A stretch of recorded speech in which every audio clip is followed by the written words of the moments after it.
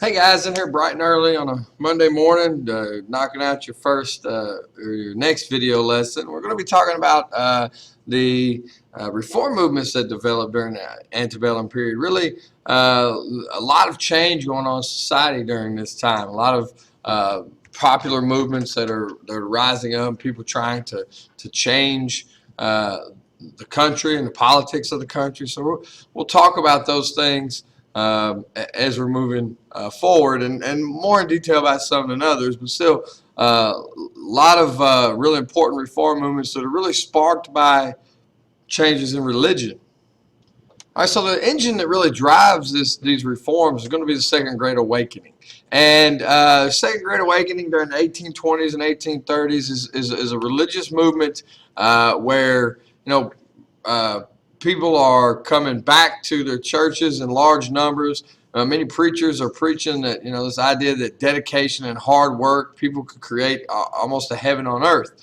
So thousands of Americans become determined to reform and reshape American life. And this Great Awakening launches what becomes known as the Reform Era. From 1830 to 1860, lots of Americans are going to be seeking to change American society.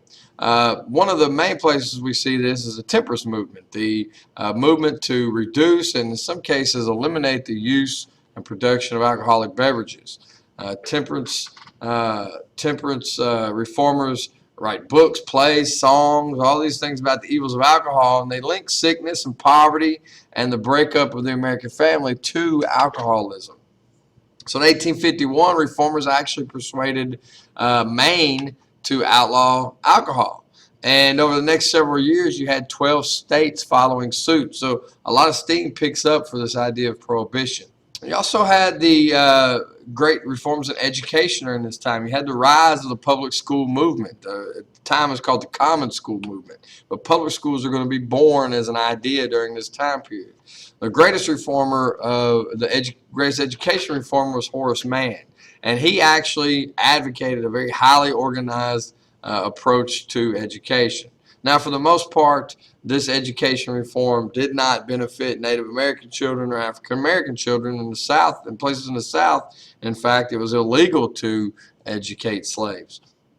However, these school reform efforts do lay the groundwork for education in the United States, and maybe unfortunately still kind of forming the basis upon how we work today.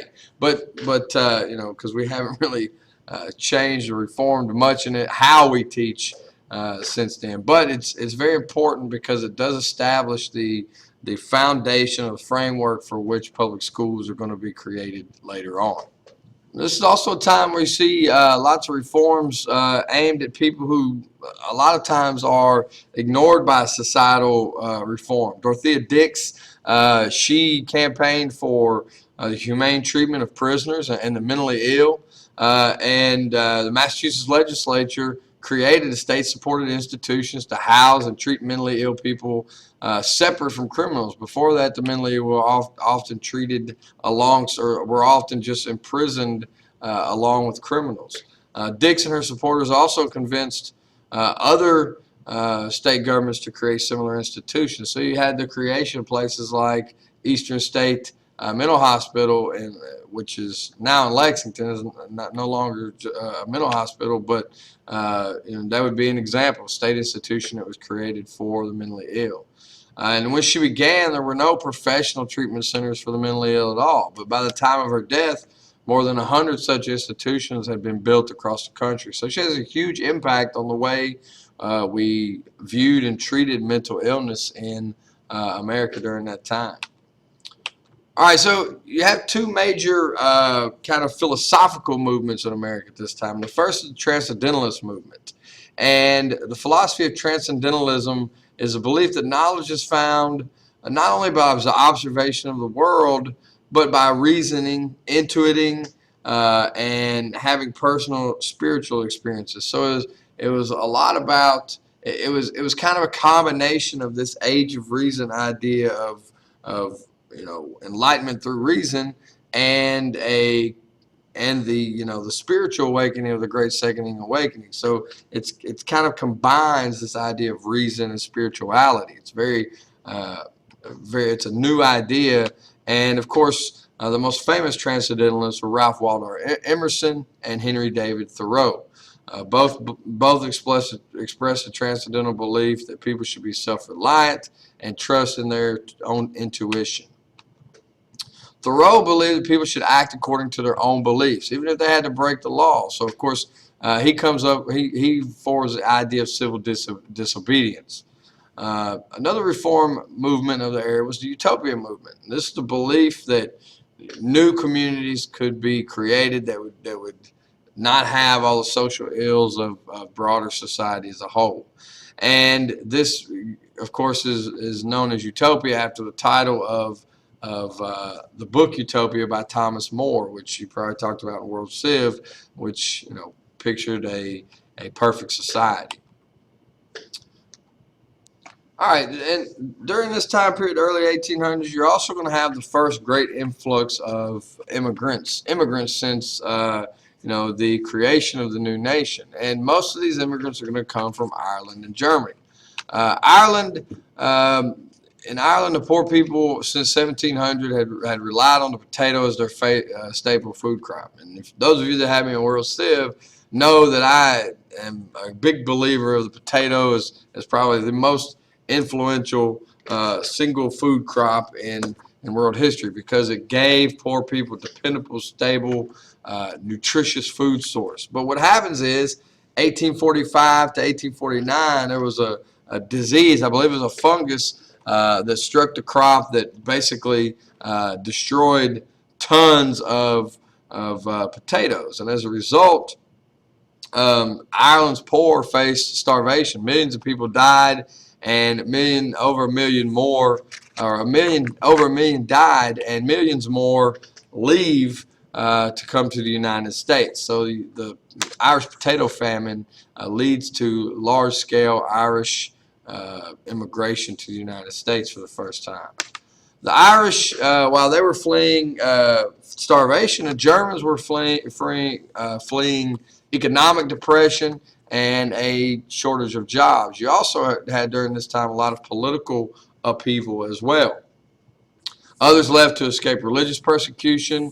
Specifically, a lot of German Catholics leave to escape persecution. Tax laws, military service, and the Revolution of 1848. There was a wave of revolutions in 1848 throughout Europe that Germany was part of, and actually, one of the central places of. And the revolution failed, and there were crackdowns on revolutionaries and people that had participated. So a lot of people fled to the United States.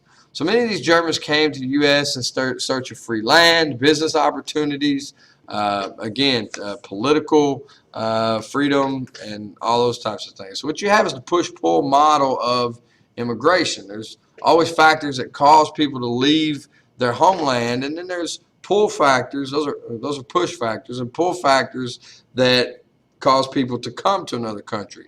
So in Ireland's case, obviously the push factor is the potato famine. Germany has economic depression, political restrictions, religious persecution. Those are the push factors. But it's the abundance of land and business opportunities that pull people to the United States. So much like many other groups, these groups are going to face discrimination, especially Irish immigrants. And you had the rise of the nativist movement. Nativism is opposition to immigration. This idea if you're not born in America, you're not really American, which, obviously coming from especially early Americans seems silly because obviously the original Native Americans were by this time being marginalized and pushed off their land. But an influx of huge number of poor Catholic Irish immigrants in such a short time really is going to change Americans' views, and that's where you have the rise of nativism. So lots of people are going to begin to feel that immigrants are a threat to the American way of life. And even though nearly as many Germans as Irish immigrated to the United States in the mid-1800s, most Germans didn't weren't greeted with the same hostility that Irish were. Most of this has to do, I think, with two factors. First, most Irish were Catholics. Most Germans were Protestants, so you don't have the religious aspect. Also, most German immigrants were middle class. They were middle class people, whereas most Irish were working class, and so there was a lot of conflict for jobs and things of that nature. So as a result, German immigrants traveled further inland, seeking free or cheap land. So Germans are going to settle up a lot of ways, or a lot of places throughout the Midwest. Cincinnati is a huge German settlement, and whereas Irish kind of concentrate in the eastern cities initially. German immigrants work as farmers, artisans, factory workers, and lots of other occupations, whereas the Irish are forced into these low-wage jobs in the cities oftentimes. So by the mid-1800s, large American cities were home to some tremendously wealthy people. So these cities are growing leaps and bounds. However, the vast majority of Americans that live in the cities are extremely poor and live in places like tenements. And you've seen these. This might be what you guys call the ghetto, right? These are run down, poorly made, overcrowded apartment buildings. They often lack adequate light, not well ventilated. Sanitation is non-existent. If they do have running water, the bathrooms are often restricted to one per floor or maybe even per building. Very unhealthy places to live. Diseases spread rapidly in these crowded cities. So you do have disease outbreaks, things like cholera and typhoid and things of that nature, these sanitation-based issues. In some cities, you do have the beginning of the establishment of local boards of health to enforce or to set these sanitation rules. Oftentimes, enforcement was uneven depending on where you were, and of course, poor neighborhoods often receive less attention than the richer ones. As a result, you have the rise of local reform societies to try to help those who need help, but they don't get to a large percentage of the people. So for the most part, America's large cities, the poor that live in those cities fend for themselves, and they do the best they can. It's not going to be until the progressive movement in the late early 1900s that you're going to have a widespread movement to address these problems in the cities. You have huge economic changes during this time. Previously most Americans worked on farms in rural areas. They worked for themselves, kept the profits they earned, and made much of what they needed. But by now, many American factory workers, they're wage earners. They're paid a set amount, and they have to buy the things they need.